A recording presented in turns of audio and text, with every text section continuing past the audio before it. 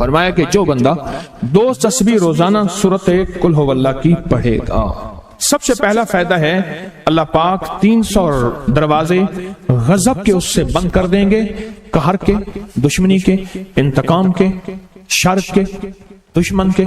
اللہ 300 دروازے اس سے بند کریں گے اس دن جس دن 200 دفعہ سورت اخلاص پڑھے گا، قل هو اللہ پڑھے گا۔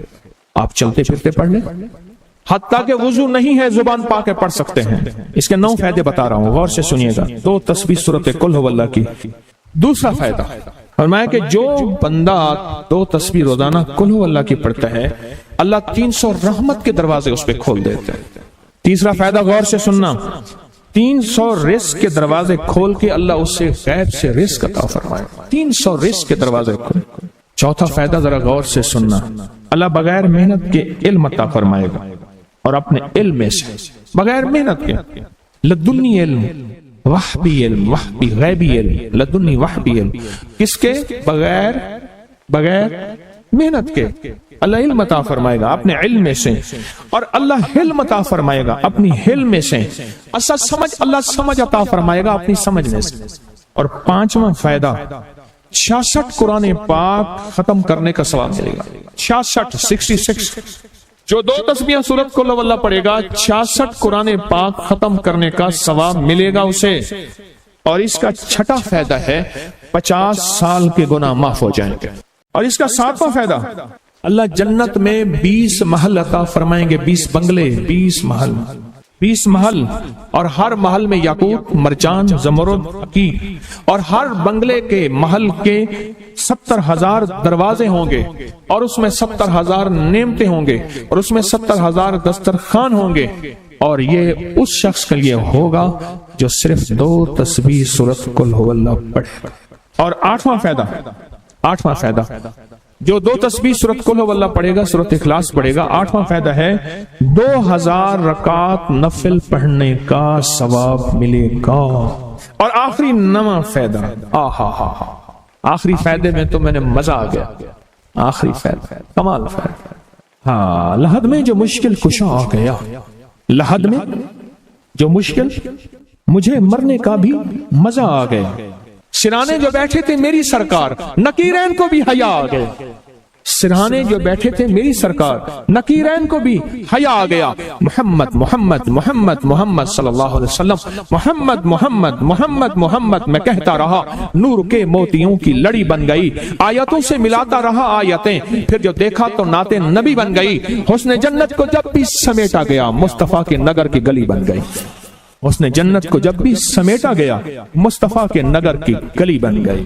اب سنیں یہ سورت اخلاص کہاں کام دے گی؟ یہ قبر میں، یہ زندگی میں، فرمایا کب ایک حسین آدمی ہوگا، قبر میں ساتھی بن جائے گا، اس کو نکیرین کے سوالوں کے جواب دے گا، اور یہ بندہ ٹھاٹ سے ہوگا۔ جب سانس کچھ بحال ہوگا، سانس میں سانس آئے گا، پوچھے گا تو کون ہے؟ یاد نہیں ہے، میں وہ قرآن ہوں جو تو پڑھتا تھا، تو مجھے نہیں بولا، میں تجھے نہیں بولا۔ اب سنیں 9واں اور آخری فائدہ جو اس کا بتا رہا ہوں، بہت فائدے ہیں، میں نے اس کے 9 فائدے بتائے ہیں۔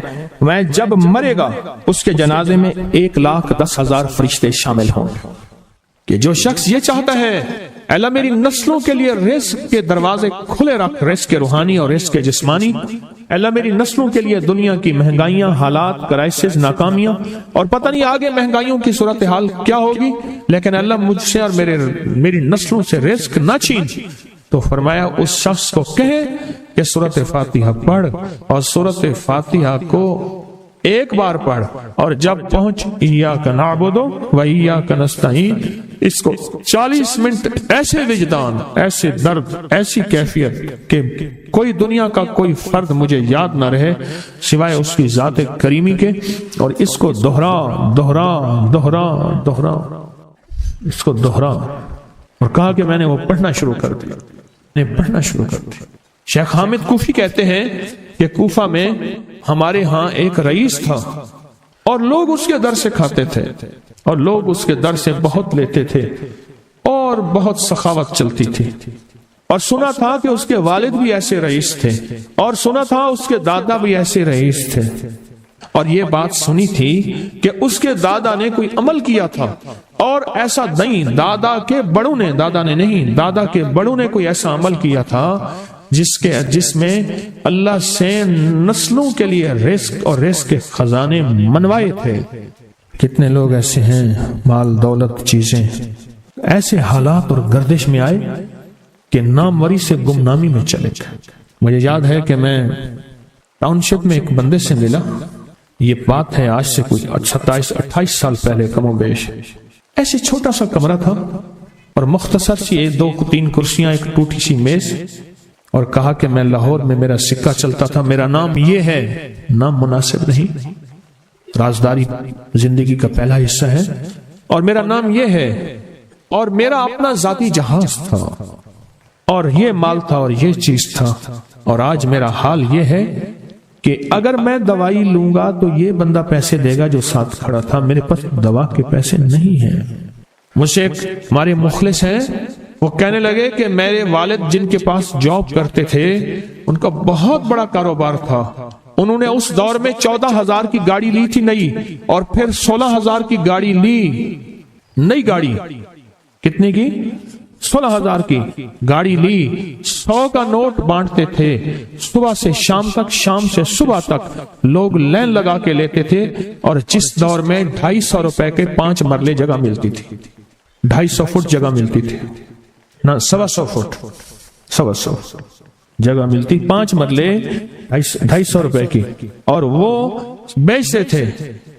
اور پھر ایک وقت ایسا آیا ہر چیز ختم ہو گئی۔ میرے پاس ایک ڈرائیور تھا، وہ کہنے لگا کہ میرے مالک ہیں جن کے پاس پہلے میں کام کرتا تھا، ان کے حالات آ گئے تو میں نے آپ کے پاس آپ کے ڈرائیوری کی، اگر رمضان میں کوئی بچا ہوا لنگر ہو تو انہیں بلا لوں، آپ دے دیں گے؟ تو ہم رمضان میں مجمع آتا تو کوشش کی جاتی ہے کہ ان کو کھانا تازہ کھلایا جائے۔ تو میں نے کہا ٹھیک ہے، کہا کہ کچھ پیسے بھی ہو جائیں۔ کون ہے؟ کہا کہ فلاں لاہور کا، نہیں جانتے آپ؟ ہاں جانتا ہوں، اتنی بڑی سوسائٹی ہے، بڑی مالداروں کی۔ کہا یہ 28 مربع جگہ انہی کی تھی، اور آج سے 40 سال پہلے انہوں نے یہ جگہ بیچی تھی، اور اتنے کروڑوں میں اتنے میں بیچی تھی۔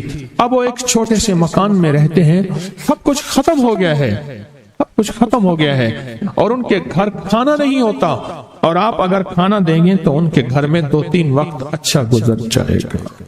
میں اپنی نسلوں کے لیے تمنگری منوا لے، اپنی نسلوں کے لیے رزق منوا لے، اپنی نسلوں کے لیے وسعت منوا لے۔ تو کہے کہ مال بہت ہے اور نسلوں کے کام آئے گا، مال رکھنا جائز ہے، حلال جائز ہے، لیکن یہ شرط نہیں ہے کہ وہ رہے گا یا نہیں رہے گا۔ یہ میری ساتھ چوک ہے، یہاں کرتبہ چوک، یہاں 2 پلازے مجھے ایک بندے نے بتائے، اب اس کے نہیں ہیں، کہا یہ اور یہ اس بندے کا ہے، فلاں نام کے بندے کا، اور اس کا آج کچھ نہیں رہا۔ اب وہ جس کسائی سے گلبرگ میں ہے، یہاں لاہور میں، جس سے بہت منو گوشت آتا تھا اور بڑے بڑے رئیس دعوتیں پکتی تھیں، چپ کر کے جاتا ہے اور وہ کچھ پیسے اس کی مٹھی میں ڈال دیتے ہیں اور وہ اس سے زندگی کا گزر بسر ہوتا ہے۔ میں یہاں لاہور میں فیروز پور روڈ پہ ایک جگہ گیا تو انہوں نے وہ جگہ پہ کھڑے ہو کے دکھایا، وہ سامنے جو بنگلہ ہے، میں نے کہا وہ تو محل ہے، کہہ رہے یہ اس بندے کا ہے، اب ایک کمرہ اس کو ہم نے دیا ہوا ہے، اور وہ بنگلہ، وہ محل، وہاں وہ کھڑکی اس طرف کی بند رکھتا ہے کہ میری نظر اس پہ نہ پڑے، وہ سب کچھ اس سے چھن گیا ہے۔ سنیں، یاد رکھیں، جو اللہ کے خزانوں سے ملتا ہے وہ تیری جیب سے جا نہیں سکتا، وہ دنیا کی جیبوں اور مالوں سے جو ملتا ہے وہ تیری جیب میں رہ نہیں سکتا۔ یہ جو عمل ہے نا، نسلوں کے لیے رزق منوانا، برکت منوانا، نسلوں کے لیے، نسلوں کے لیے رزق منوانا، نسلوں کے لیے برکت منوانا، یہ جو عمل ہے، بس اب میں نے آپ کو عرض کیا نا کہ آپ پوچھیں کتنے دن کریں گے، میں نے کہا دل خود بولے گا، من خود بولے گا، اندر خود بولے گا۔ میں نے آپ کو کچھ واقعات سنائے ہیں، بڑی بڑی ہستیوں کے واقعات، بڑی بڑی ہستیوں کے واقعات۔ یہ اس میں سعودی عرب مکہ مکرمہ میں ایک جگہ ہے، اس کا نام خالدیہ ہے، سوسائٹی۔ میں وہاں ایک عرب سے ملا، شیخ ابو ترکی اسے کہتے تھے، تو اردو عربی تو مجھے آتی نہیں، بس تھوڑی بہت ایسے شدھ بدھ ہے، تو وہ تھوڑی ہی دیر میں کہتے تھے، ایسے اٹھتے تھے نا، کہتے تھے اللہم ایاک نعبد و ایاک نستعین۔ میری ان سے چند ملاقاتیں ہیں، بوڑھے تھے، بابے تھے، کہ ان کے بڑے آئے تھے، اصل میں خلافت عثمانیہ تھی تو ان کے بڑے ترکیہ سے آئے تھے، تو پھر مکے میں رہتے رہتے تو وہیں کے ہو گئے۔ ان کا جو خادم تھا وہ اردو بولنے والا تھا اور انڈیا کا تھا، اس سے میرا تعلق تھا۔ تو میں نے اس سے پوچھا، میں نے کہا تیرا جو ہے یہ بابا یہ کیوں پڑھتا ہے؟ یہ پتہ نہیں، میں پوچھ کیوں پڑھتا ہے؟ اس نے کہا جلالی بابا ہے تو کہے گا مجھ سے۔ میں نے کہا میرا کہے؟ اچھا وہ میرے اشارے دیکھ رہا تھا تو اس نے عربی سے پوچھا کیا کہتا ہے؟ اس نے ڈرتے ڈرتے کہا کہ جی آپ یہ کیوں پڑھتے ہیں؟ تو بڑا خوش ہو گیا، کہنے لگا پہلا بندہ ہے جس نے مجھ سے پوچھا، آج تک کسی نے پوچھا نہیں، پہلا بندہ ہے جس نے مجھے یہ پوچھا ہے۔ کہا جب ہم چھوٹے تھے ہمارے پاس بہت غربت تھی اور تنگ دستی تھی، تو میرے والد ہمیں بٹھا لیتے تھے اور ہم سورۃ فاتحہ پڑھتے تھے، اور جب پہنچتے تھے نا ایاک نعبد و ایاک نستعین پر، تو پھر اس کو میرے والد کہتے تھے دہراؤ، بہت زیادہ پڑھو، بہت زیادہ پڑھو، بہت زیادہ پڑھو، بہت زیادہ پڑھو۔ کام پڑھتے تھے، بہت زیادہ پڑھتے تھے، بہت زیادہ پڑھتے تھے۔ اور کہا میرے والد پھر دعا کرتے تھے اور ہم آمین کہتے تھے، اور میرے والد کہتے تھے چلو مبارک ہو، ہمیں جو ہے اللہ پاک وہ فلاں چیزیں، وہ حلاوے، وہ چیزیں کھلائیں گے۔ کہہ رہے ابے کو دیکھتے تھے، ابا جی ہمارے پاس تو پیٹ بھر کے روٹی نہیں ہے، آپ کہتے ہیں اللہ وہ کھلائے گا، وہ کھلائے گا، اور ابا ایسے خوش ہو جاتا تھا۔ کیوں؟ ابے کو یقین تھا کہ سورۃ فاتحہ اس کریم نے قبول کر لی اور میرا کام ہو گیا۔ وَمَن يَتَوَكَّلْ عَلَى اللَّهِ، میرے بندے میری ذات پہ بھروسہ کر کے دیکھ، میرے قریب آ کے دیکھ، مجھ سے دوستی لگا کے دیکھ تو صحیح، پھر میں کر کے دکھاؤں گا۔ ہمارے یہاں ایک پیر صاحب تھے، میرے والد صاحب رحمۃ اللہ علیہ، ان کا باغ اور ہمارا باغ آپس میں اب بھی ایک ہی ہے، دیوار کے ساتھ دیوار ہے، بنے کے ساتھ بن۔ تو وہ ان کے ہاں گئے تو ایک بابا جی جھاڑو دے رہے تھے، اور صبح شام کی روکی سوکی ملتی تھی، اور بس ہر وقت غلامی ہوتی تھی، ہر وقت غلامی ہوتی تھی۔ تو مجھے والد صاحب نے بتایا کہ میں اس بندے کو جانتا ہوں، اس نے اتنی مربع، اتنی ایکڑ، اتنی زمین جو ہے اٹھا کے ساری پیر صاحب کو دے دی، اور ساری زندگی پیر صاحب کے 2 وقت کی ایک سوکھی پوکی روٹی، آخر وہیں مر گیا اور اس کو کفن دے کے دفن۔ اسے پیر صاحب نے مجبور نہیں کیا، پیر صاحب نے مجبور نہیں کیا۔ دعاؤں کی طاقت ہے، دعائیں نسلوں کو کھلائیں گی، پلائیں گی۔ پر ایک تجربے کی بات بتاؤں، بڑوں کی بات ہے، بڑوں کی بات، دعاؤں کی برکت سے اللہ حلال طیب طاہر کھلائے گا۔ میرے پاس ایک صاحب ہے، کہنے لگا کاروبار کو زوال ہو رہا ہے، کورنگی میں، کراچی میں فیکٹریاں، ملیں اچھی خاصی ہیں وہ ایریا، تو کہا کاروبار کو زوال ہو رہا ہے، اور کاروبار زوال پہ چلا گیا ہے، کمپنیاں 2-4 بند ہو گئی ہیں، زوال ہو رہا۔ میں نے اللہ کا نام دیا، پھر ملے، کہا کچھ نہیں ہے۔ اچھا، میں نے کہا یہ پڑھیں آپ، اللہ پاک دکھائے گا مجھے۔ انہوں نے خود بتایا، میں ایسے کوئی سمندر ہے اس کے کنارے کھڑا ہوں، کہنے لگے کراچی کا سمندر نہیں، کہاں ہے؟ تو میری طرف پانی آتا ہے اور وہ گندا پانی ہے، بالکل میلا گندا۔ تو میں سوچتا ہوں سمندر کا پانی تو بالکل شفاف ہوتا ہے، یہ گندا پانی کیسے ہے؟ اور وہ گندا پانی پہلے میرے ٹخنوں تک آتا ہے، پھر گھٹنوں تک آتا ہے، پھر رانوں تک آتا ہے۔ اور کہا کہ مجھے دور سے ایک لہر آتی نظر آ رہی ہے کہ شاید میں اس میں ڈوب جاؤں۔ آواز آتی ہے چلا جا، تیرے رزق میں کوئی مشکوک رزق داخل ہوا ہے، ہم تجھے پاک کرنا چاہتے ہیں، اور یہ سارا مشکوک رزق ہے، اور تیرے مال کو ہم نے اس لیے کم کر دیا۔ گھبرا نہیں، استقامت سے ہمارا نام لیتے رہنا، بہت جلد تجھے ہم پاک کر کے پھر پاک مال دیں گے۔ پاک کر کے، عجیب بات ہے، پاک کر کے پھر پاک طیب طاہر مال دیں گے۔ گھبرا نہیں، ہمارا نام لیتے رہنا، تو ہو کسی بھی حال میں، کسی بھی حال میں مولا سے لو لگائے جا، قدرت ذل جلال میں کیا نہیں گڑ گڑائے جا۔ چین سے بیٹھے گا اگر کام کے کیا رہیں گے، پر گونا نکل سکے گا مگر پنجرے میں پھڑپھڑائے جا۔ بند ہے پنجرے میں، نکل نہیں سکتا، پر پھڑپھڑا تو صحیح، محنت تو کر۔ والذین جاہدوا فینا لنہدینہم سبلنا، ہماری راہوں میں محنت کر، ہمارے لیے اللہ کی طرف قدم اٹھا، ففروا الی اللہ، پھڑپھڑا تو صحیح۔ بہت خوش قسمت ہے جس کو اللہ نے اپنی ذات کا تعلق عطا کر دیا، بہت خوش قسمت ہے جس کو اللہ نے اپنے ساتھ باتیں کرنے کا راز و نیاز کا کوئی جذبہ دے دیا، جس کی زبان سارا دن ذکر میں، تسبیح میں، سجدوں میں، اپنی دنیا کے کاروبار بھی ہے، لیکن دل اٹکا رہتا ہے کہ اب نماز کا وقت ہے، آج میرا ذکر نہیں ہوا، آج میں نے قرآن کی زیارت نہیں کی، 1 صفحہ 2 صفحے، 1 پارہ 2 پارے۔ خوش قسمت انسان ہے آپ، بہت نصیبوں والے ہیں آپ، بہت نصیبوں والے، یقین جانیں۔ دنیا کا خوش قسمت انسان وہ ہے، دنیا کا نصیب و بخت اور مقدر والا انسان وہ ہے دنیا کا، جس کو اللہ پاک کہے تو ہو اور میرا نام ہو، بس وہ درود پاک کی شکل میں ہے۔ درود میں اللہ اور اس کے حبیب پہ سلام ہے، اللہم صلی علی یا صلی علی، اللہ کا نام پہلے آتا ہے۔ میرا درود ہے، کلمہ ہے، تسبیح ہے، کوئی ذکر ہے، مسنون دعائیں ہیں، بس میرا نام ہو اور تم ہو۔ بعض اوقات اللہ دنیا تھوڑی کر دیتا ہے، رزق تھوڑا کر دیتا ہے، لوگ تانے دیتے ہیں۔ صدیق اکبر رضی اللہ تعالی عنہ کو تانے دیتے تھے کہ تیرے پیر نے تجھے یہ دیا ہے، نعوذ باللہ، تجھے فقیر کر دیا، تجھے غریب کر دیا، اور تجھے ٹاٹ کے کپڑے اور سیہ کر دیا۔ تانے دیں گے بعض اوقات، بعض لوگ بہت تانے دیں گے۔ میں نے ایک دفعہ مجھ سے کہنے لگے کہ مجھے دنیا بہت تانے دیتی ہے، تو میں نے کہا میرے ساتھ سودا کر لے، اگر زیادہ تھک گیا ہے، اب تک جو تسبیح ذکر کا نور ملا ہے وہ مجھے دے دے، میں اللہ سے کہتا ہوں کہ اللہ اس کو مال دولت دے دے، یہ سب چھین لے۔ کہا نہیں، یہ سب کچھ تو اس کے پاس بھی ہے جس کو کلمہ نصیب نہیں ہوا، یہی تو میرے پاس ہے، اگر یہ مجھ سے چھن گیا تو باقی میرے پاس بچے اور رہے گا کیا؟ بچے اور رہے گا کیا؟ بچے اور رہے گا کیا؟ آپ سارا دن بیٹھ بیٹھ کے اپنے بارے میں سوچا کریں کہ اللہ تو نے مجھے کن راہوں پہ لگا دیا، کن راستوں پہ لگا دیا۔ پیر خانے سارے اچھے ہیں، ہمارے دل میں سب کا احترام ہو، لیکن اللہ تو نے مجھے کون سے پیر خانے پہ لگا دیا جو مرشد اللہ سے مانگنا سکھاتا ہے؟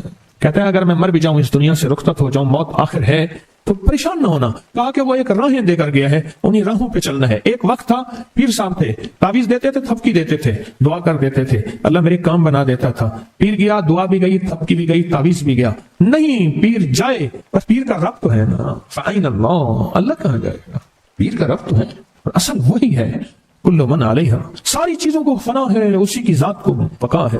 کتنے خوش قسمت ہیں، اللہ نے مجھے اپنا نام نصیب کر دیا، اللہ نے مجھے اپنا نام نصیب کر۔ ایک صاحب میرے پاس آئے، کہنے لگے مجھ سے ذکر نہیں ہوتا، تسبیح نہیں ہوتی، کچھ نہیں ہوتا، میں ذکر کرنے لگتا ہوں گالیاں آ جاتی ہیں، میں ذکر کرنے لگتا ہوں میرے منہ پہ گالیاں آ جاتی ہیں۔